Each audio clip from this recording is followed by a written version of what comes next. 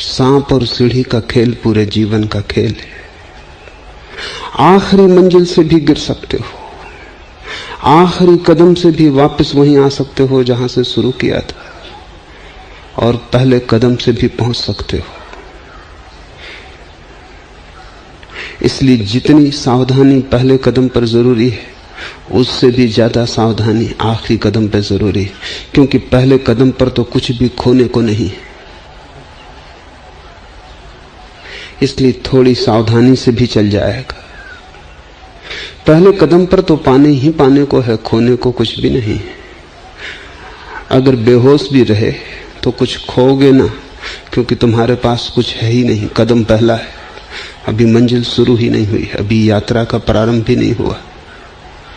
तुम हारे ही हुए हो, लेकिन आखिरी कदम पर तो बहुत होश चाहिए, प्रगाढ़ होश चाहिए, क्योंकि जरा सी चूक और सब खो जाएगा। जो बिल्कुल मिला ही मिला हुआ था, पहुंचने की ही करीब थे, जो हाथ के पास ही आ गया था, जिस पे मुट्ठी बंद ही जाती क्षण भर में, वो चूक जा सकता है। जैसे खतरे पहली कदम के हैं, वैसे ही खतरे और उससे भी बड़े खतरे आखिरी कदम के। कल मैंने तुमसे पहले कदम के खतरों की बात कही। पहला खतरा तो यह है कि तुम टालते हो, कल उठाएंगे, परसों उठाएंगे, स्थगित करते हो। पोस्टपोनमेंट पहले कदम का बड़े से बड़ा खतरा है। आशा भर करते हो उठाएंगे, धीरे धीरे आशा करना भी एक आदत हो जाती है, फिर तुम रोज ही टालते जाते हो, टालना तुम्हारा ढंग हो जाता है, फिर पहला कदम कभी नहीं उठता। और जिसका पहला ही नहीं उठा, उसके अंतिम उठने का तो सवाल नहीं। दूसरा खतरा है पहले कदम का कि जब तुम उठाते भी हो कदम, तब तुम संघर्ष में उतर जाते हो। तुम यात्रा में बहते नहीं, तैरने लगते हो। तुम एक तरह की लड़ाई शुरू कर देते हो, जैसे कोई दुश्मनी है, जैसे प्रकृति मित्र नहीं शत्रु है। तब तुम एक एक चीज से लड़ने लगते हो। पहले स्थगित करके रुके थे, अब लड़ाई के कारण रुक जाते हो। लड़ाई से कोई कभी पहुंचा नहीं, कोई है ही नहीं जिससे लड़ो। अपना ही आपा है, अपना ही विस्तार है। लड़ना किससे है? लड़ने योग्य कोई दूसरा मौजूद होता तो ठीक था। तो जब भी तुम लड़ोगे, एकांत में अपनी ही छाया से, परछाई से लड़ोगे।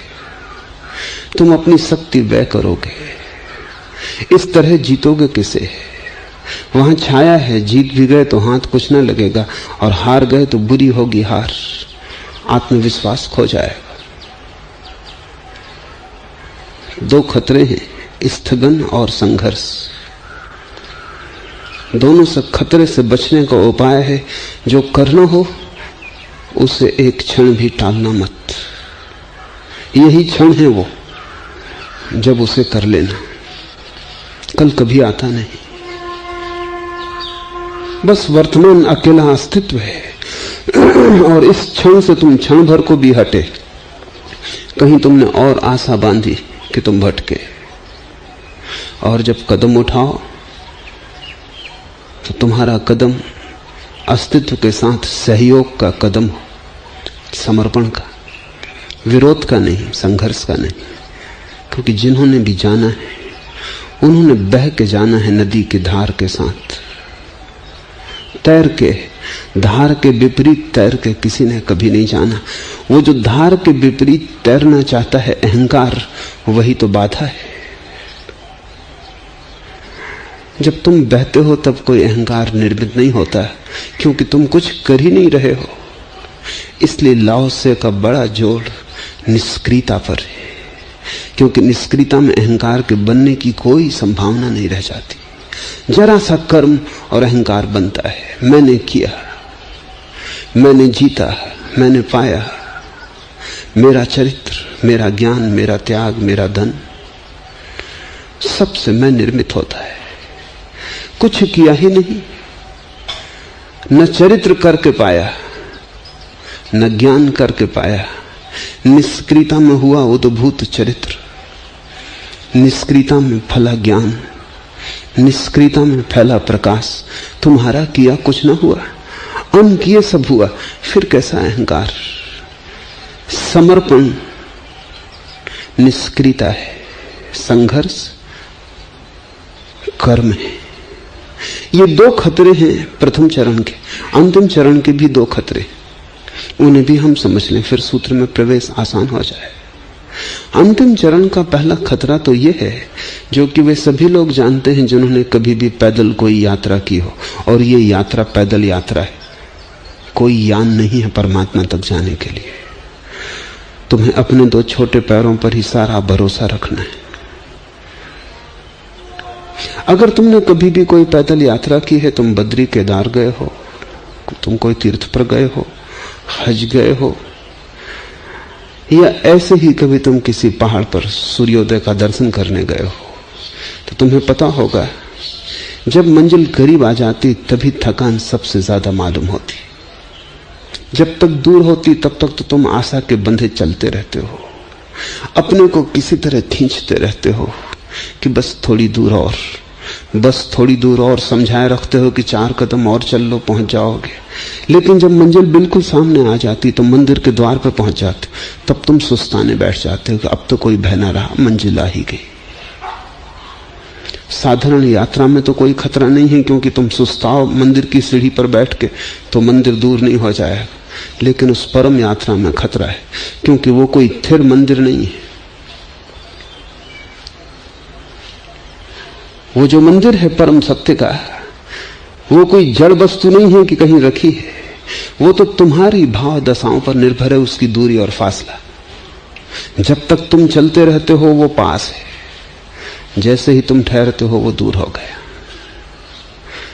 जब तक तुम बहते रहते हो वो पास है, जैसे ही तुम सुस्ताते हो वो दूर हो गया।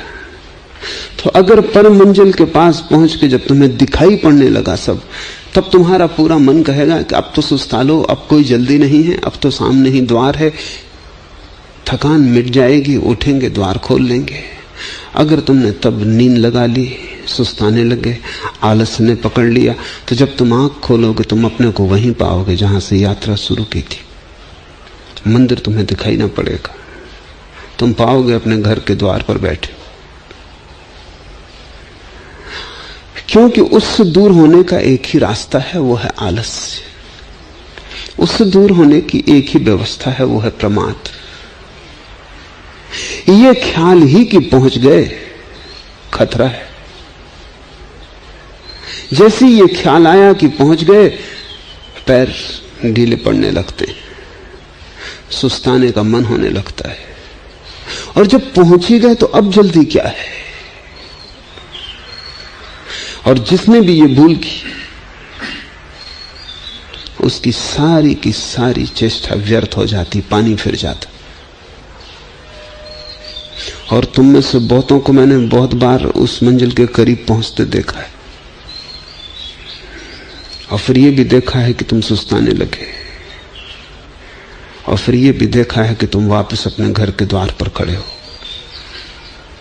आखिरी कदम किसी भी क्षण पहला कदम बन सकता है, जैसे कि पहला कदम आखिरी बन सकता है। जरा तुम थके, जरा तुम्हें आलस पकड़ा, जरा तुमने कहा कि 2 क्षण आंख बंद कर लें और विश्राम कर लें। विश्राम किस बात से? विश्राम का अर्थ इस यात्रा में है थोड़ी देर मूर्छित हो जाएं। होश तो यात्रा के कदम है, बेहोशी सुस्ताना है। थोड़ा बेहोश हो लें, अब क्या डर है। जरा सी बेहोशी और मंजिल उतनी ही दूर हो जाती जितनी कभी थी। दूसरा खतरा है जो और भी सूक्ष्म और बारीक है, और वो खतरा यह है कि जैसे ही मंजिल सामने आती है, बड़े आनंद से, बड़े पुलक से तन प्राण भर जाता है।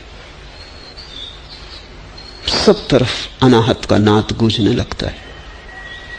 ऐसा आनंद तुमने कभी जाना न था। बिन घन परत फुहार, तुम भीग भीग जाते हो, तुम्हारा रोआ रोआ सरोबोर हो जाता है। तुम्हारे एक हृदय की धड़कन धड़कन में एक नया संगीत आ जाता है। आंख खोलते हो तो रहस्य, आंख बंद करते हो तो रहस्य, जहां देखते हो वहां रहस्य। आश्चर्यचकित, आत्म विभोर, अवाक तुम खड़े रह जाते हो। इस घड़ी में दो संभावनाएं हैं। एक संभावना तो है कि ये आनंद इसलिए हो रहा है कि तुम निकट पहुंच गए स्वभाव के, ये स्वाभाविक है।